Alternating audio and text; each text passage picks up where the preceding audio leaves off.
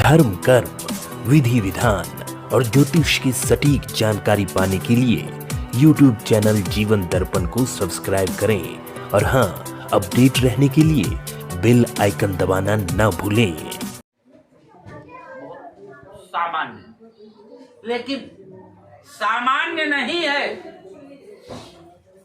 सत्यनारायण भगवान की कथा एक अश्वमेध यज्ञ के फल को प्रदान करने वाला।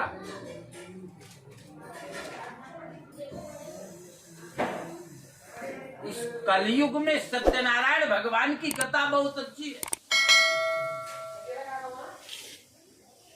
और सत्यनारायण भगवान की कथा स्कंद पुराण में लिखा। जब श्री कृष्ण यहां से चले गए, पांडव भी चले गए और पांडवों के वंशज के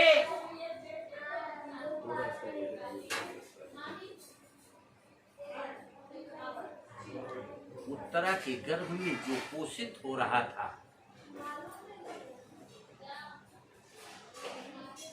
जब वो राजा हुए जिनका नाम था परीक्षित,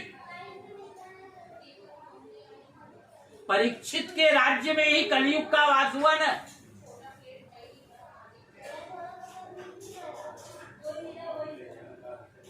परीक्षित भी बहुत तेजस्वी, बहुत तेज तर्रार राजा। और वो उनकी दादा परपाजा राजाओं से युद्ध करके, राजाओं को जीत करके एक मुकुट अपने पास रखा था। वो अन्यायपूर्ण का मुकुट था, वो था तो सोने का था, समझ रहे हैं।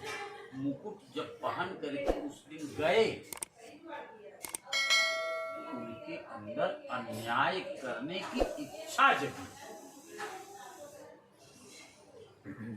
अन्याय करने की इच्छा जगी। अन्याय करने की इच्छा क्या जगी, कैसे जगी? क्योंकि शास्त्र ये कहता है कि सत्व शुद्धि ही आत्मशुद्धौ, आत्मशुद्धि ही ध्रुवस्य। जैसा अन्न खाएंगे उसी प्रकार से हमारी बुद्धि होगी, जैसे कपड़े पहनेंगे उसी प्रकार से हमारी बुद्धि होगी, जैसे मुकुट पहनेंगे उसी प्रकार से हमारी। तो परीक्षित तो उस समय अन्याय के द्वारा उपार्जित मुकुट पहना था। उसी समय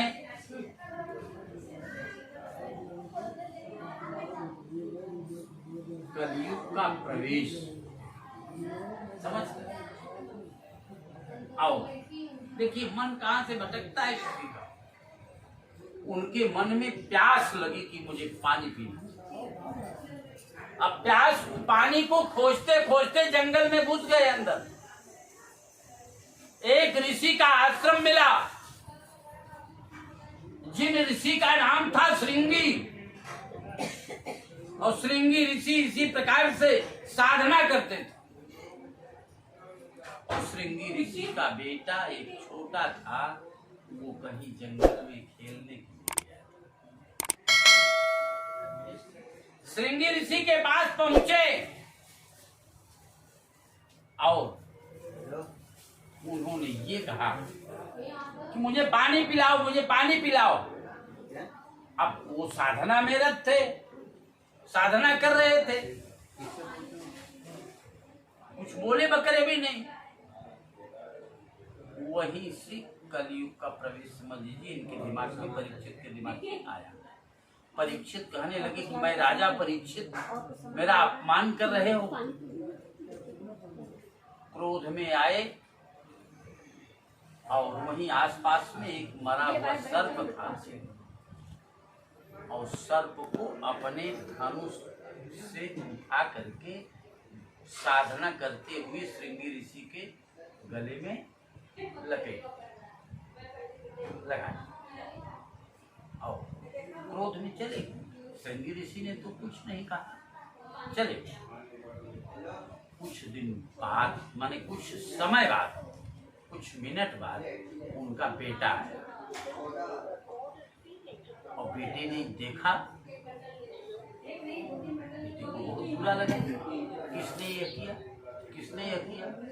तो बेटा ब्राह्मण तो था ही, और तुरंत हाथ में जल लेकर के कहा, जिसने भी यह किया है उसको आज के 7वें दिन तक्षक नाग सर्प काट लेगा, उसकी मृत्यु अकाल है।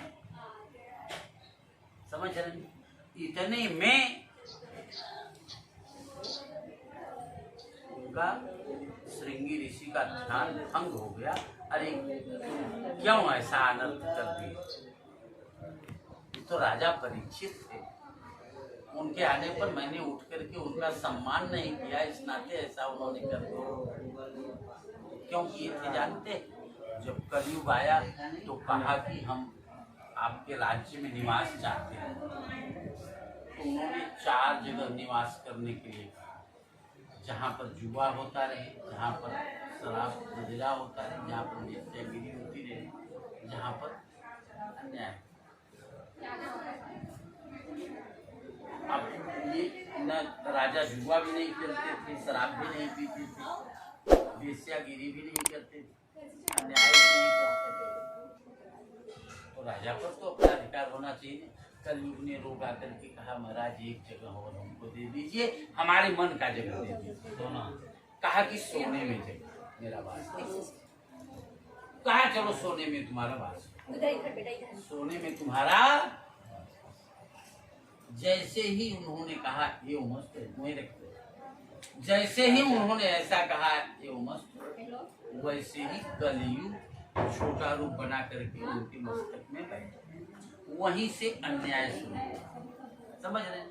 अब श्री कृष्ण भी चले गए थे, समझ रहे हैं? अब इसके बाद में अब भाई देख रेख की व्यवस्था तो कुछ न कुछ चाहिए। अब उस व्यवस्था के लिए विष्णु भगवान नारद जी पृथ्वी पर आए। एकदा नैमिषारण्ये ऋषयः सौनकादयः,